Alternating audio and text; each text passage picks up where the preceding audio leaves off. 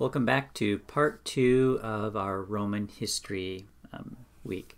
And what I thought I'd do today is talk about a period of time in Roman history called the 3rd century crisis. And this is going on in the middle to the late 200s. And what's starting to happen here is Rome is essentially being attacked on both sides. You've got the Persians still bothering them in the east, and you've got a group of people in the north, which the Romans called barbarians, who were starting to come down from the north. So they're being attacked from the north and the east. Now, the way that the Romans dealt with this is sort of a natural thing to do, is to increase the size of the military. Now, of course, when you think about increasing the size of the military, you have to pay for that. So what they ended up doing is increasing taxes. And of course, people didn't really like this, but they had to pay their taxes. The Roman government started to run out of cash, and so what it ended up doing is doing something called devaluing the currency. And what that means is if you imagine a gold coin that's worth $1, so technically that has $1's worth of gold. But what the Romans started to do is make the coins out of copper and then give it a gold wash. So no longer is $1 gold coin worth $1, it's really worth 10 cents. But they were still paying people with these gold coins, and people found out about it, and this led to inflation, which is where things start costing more and more because the money is valued less. So this led to massive inflation. Another thing that adds to the 3rd century crisis is you find a whole string of emperors in a very short period of time. So one emperor after the other, and what's happening here is that the military can raise up an emperor. So if you're a famous general, you're doing good things, people like you, they can declare that you're emperor, and now you've got 2 emperors. And then you can have 3, and then they all want to be the root-stinger ruler, so they start fighting. So you get civil wars. So you've got wars in the east, wars in the north, a greater army created. This led to a greater demand for taxes. This wasn't enough, so the Roman Empire started to devalue the currency. And along with a number of emperors, this led to what is referred to as this 3rd century crisis. And what I'll talk about next is the person who stopped this 3rd century crisis.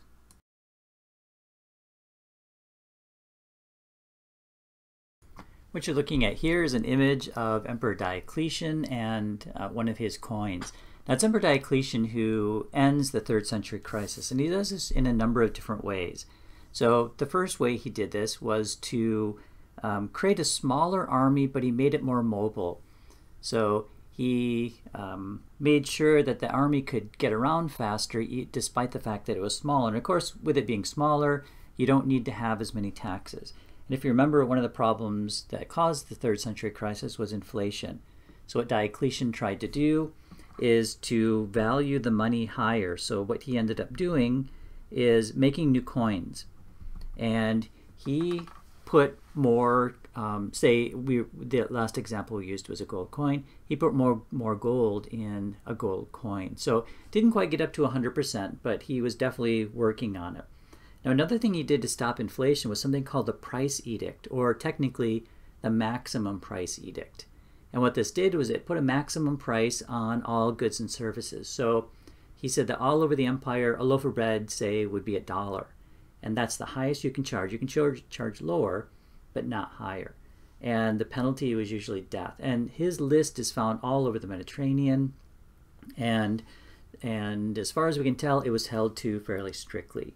So making the money more valuable, making his price edict, making the army smaller but more mobile really helped to fix this inflationary problems that they were having. Now remember, I said that another problem was that the number of emperors. So what Diocletian designed was something called a Tetrarchy. And what this literally means is a rule of 4. And so what he did was he divided up the empire in half. He put one emperor in the west, and he was living in the east. So you've got 2 emperors. Now below them, you've got an office, a new office called a Caesar. And you can think of the Caesar as a vice president. So the emperor as a president, the vice president was the Caesar. So when something happens to the emperor, whether he dies or like Diocletian retires, then everyone knows that the Caesar will rise up and become an emperor. And then that new emperor will pick a Caesar. So this is something called a Tetrarchy. He did this again to keep stability in the government. Another thing he did too, which I can't forget to tell you about, is he divided up his provinces. So there were about 50 provinces in the Roman Empire, and he divided those in two into 100. And technically it was supposed to make it more efficient to collect taxes. There's lots of complaints about this because he sort of doubled the bureaucracy, doubled the cost that it took to run the government. But all of these things helped to end the 3rd century crisis. And as I'll talk about in just a bit, the Tetrarchy lasts for about 2 generations, but it ends with the rise of Constantine.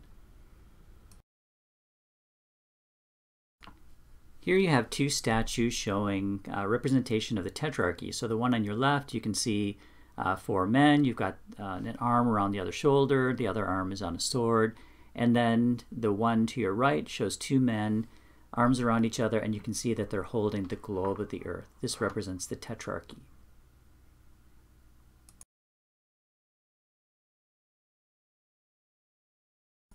It's not totally important to remember all of these names, but this is a visual representation of the Tetrarchy. So you've got Diocletian in the east, you've got Maximian in the west, and then you've got Galerius and Constantius being named as Caesars. And then what I give you here is a little breakdown of the territory. So each emperor and each Caesar was responsible for a certain part of the Roman Empire, and this was done primarily for defense. So again, if you remember, I mentioned that the army was made more mobile. This is one way that it was done. And I put down at the very bottom of this scene that Constantius is one that's, probably important to remember because he is the father of Constantine. And Constantine, as I'll talk about next, as the first Christian emperor. And Constantine is the one who really broke up this whole idea of a tetrarchy. There's one more thing I want to talk about in terms of Diocletian. So he's remembered primarily for ending the 3rd century crisis, but he also remembered for starting something called the Great Persecution, which was a persecution against Christians. And what happened in the beginning is that he went after a group of Christians called the Manichaeans who were found in Egypt. At least they moved themselves to Egypt, and the governor there didn't like it, and so Diocletian persecuted them. And then it goes on to the general Christian public. And the way this started is that Diocletian and his Caesar Galerius were in a temple, and they were performing a sacrifice. And the priests killed an animal and opened it up and looked at the liver, which is a pretty typical thing to do. And they look at the lines in the liver to tell the future. Now, for some reason, this liver didn't show anything, so they killed another animal, and still nothing. And Galerius noticed that some Christians were making the sign of the cross on their forehead. And this infuriated him because he thought the Christians were messing up his fortune telling. So what happened is Diocletian ordered a general persecution of his family members and the army and said that these people cannot be Christian. And it looks like Galerius convinced him to create a persecution against Christians empire-wide. And here's part of the edict that he issued against the Manichaeans. And you can see part of what's going on here is that he's upset that these are Persians. So it's not necessarily the religion of the Manichaeans, it's the fact that they are Persians who, of course, are enemies against Rome. What I have here is a bit of text from someone named Eusebius. And Eusebius was a Christian bishop living in this time period. And what he's doing is he wrote a book called Ecclesiastical History. And you'll need to stop the video to read this passage. But he's talking about a persecution that he lived through.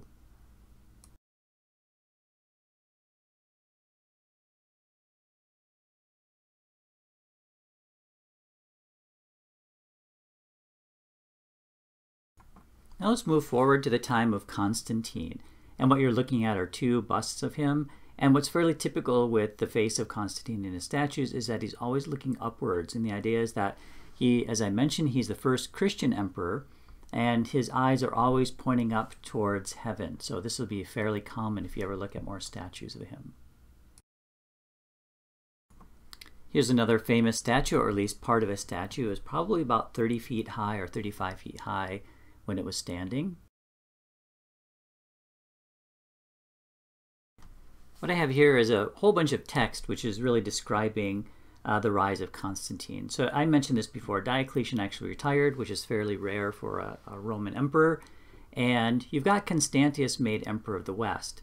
Now, Constantius had a son named Constantine, and Constantine was not part of the Tetrarchy. So it was Constantius, and then his Caesar was a man named Severus. So Constantine was not part of this. Constantine wasn't happy. He convinced Diocletian to let him go to England to see, or Britain to see his father. And when he was there, they were out fighting with these barbarians, and Constantius dies. And the troops really liked Constantine, and what they ended up doing is raising him up. Now, of course, this broke up the Tetrarchy. So Severus was not happy that there was another emperor, and you also have a man named Maxentius. And Maxentius also wanted to be emperor. So what you essentially have is three people who all decide to go to war.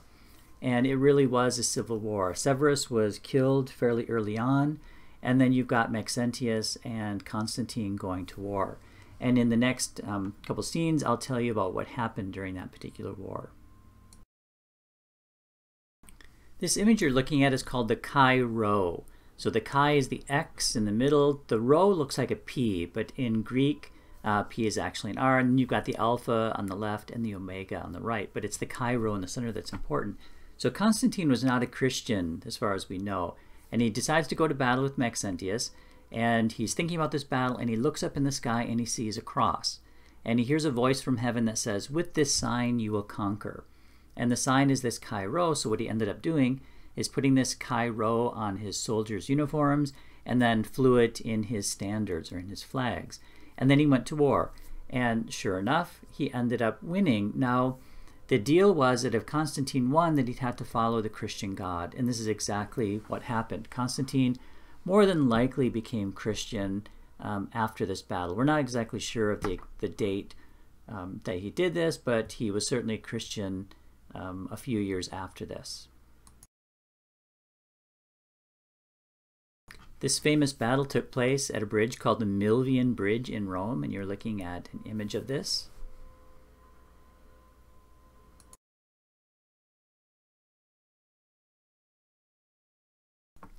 What you're looking at here is a very busy picture painted by Raphael, which shows the Battle of the Milvian Bridge. And I know it's kind of hard to see. You may need to look up this on the internet if you want to see it clearer.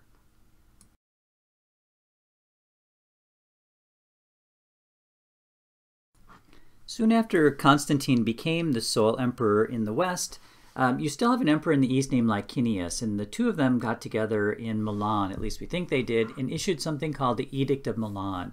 And you can see a little bit of this here. What it does is it finally gives Christians the freedom to practice their religion. Now, it also reiterates that everyone else can practice their religion too. But for Christians, this is the first time in their history they can do this. Now, Licinius and Constantine didn't totally get along, and they ended up going to war. And in 325, you have Constantine becoming the only emperor for the entire Roman Empire. And he's got three sons, or he had four, which I'll talk about this in a bit, but he's got three that are living. Constantius the second, Constantine the second, and then Constans. And after the death of Constantine, all three of these sons get a part of the Roman Empire. What you're looking at here is an image of the Triumphal Arch of Constantine. It was dedicated to Constantine by the Roman Senate and the people of the Roman Empire.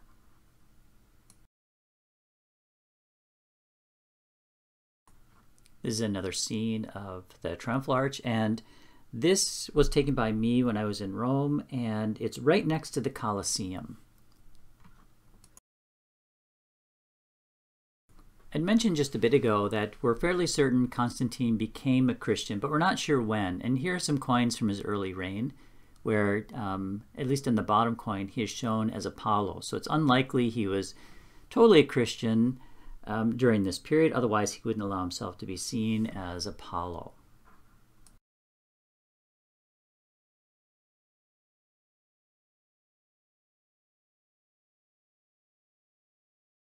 Now here you have another coin, and this is the same coin, just two sides of it.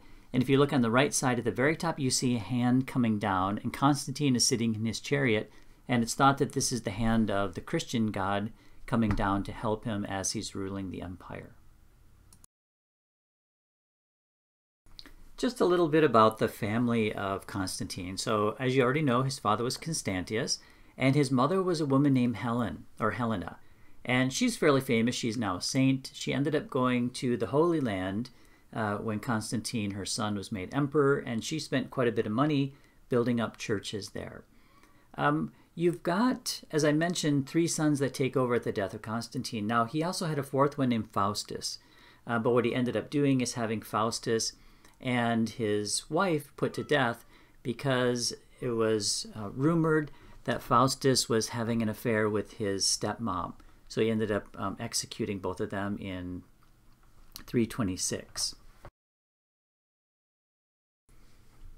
This is a building that was built by Maxentius as a government building, and Constantine ended up turning it into a Christian church. And what I'm going to show you are a few slides of some churches, and then I want to talk about what Constantine did to promote Christianity. This is a church called St. John Lateran, and the church you're looking at was not built by Constantine. It was built in the 1500s, but the foundation of the church in the old church was built by Constantine. It just so happens that in the 1500s you have a bunch of popes who want to tear down all of these old churches and build new ones. So the church that Constantine built in the 300s was torn down in the 1500s, and then this was built. But again, the foundation is Constantinian. And if you ever go to these churches, you usually can take tours underground or beneath the church and look at some of the remains of Constantinian churches. These are some images of St. Peter's Basilica in Rome, and this is the old St. Peter's again. The old one was torn down in the 1500s, and the new one, which stands today, was built. But you're looking at an archaeological drawing, and again, if you ever go to Rome, you can take a tour under this particular church and see some of these old ruins from the original one. Here's another church called St. Sebastian, and again, the same story. The church that stands today is not the one that Constantine built, but the original church. And this church is really interesting. If you ever go to Rome, you can visit this, and there are catacombs under this church. So catacombs are just places where the Roman Christians buried their dead. Before I start talking about what Constantine did to promote Christianity, I want you to look at this map. So this is the map of the Roman Empire, and I've got an arrow here pointing towards what used to be the city or village of Byzantium. And what Constantine ended up doing is building a city there, and he called it Constantinople, or literally the city of Constantine.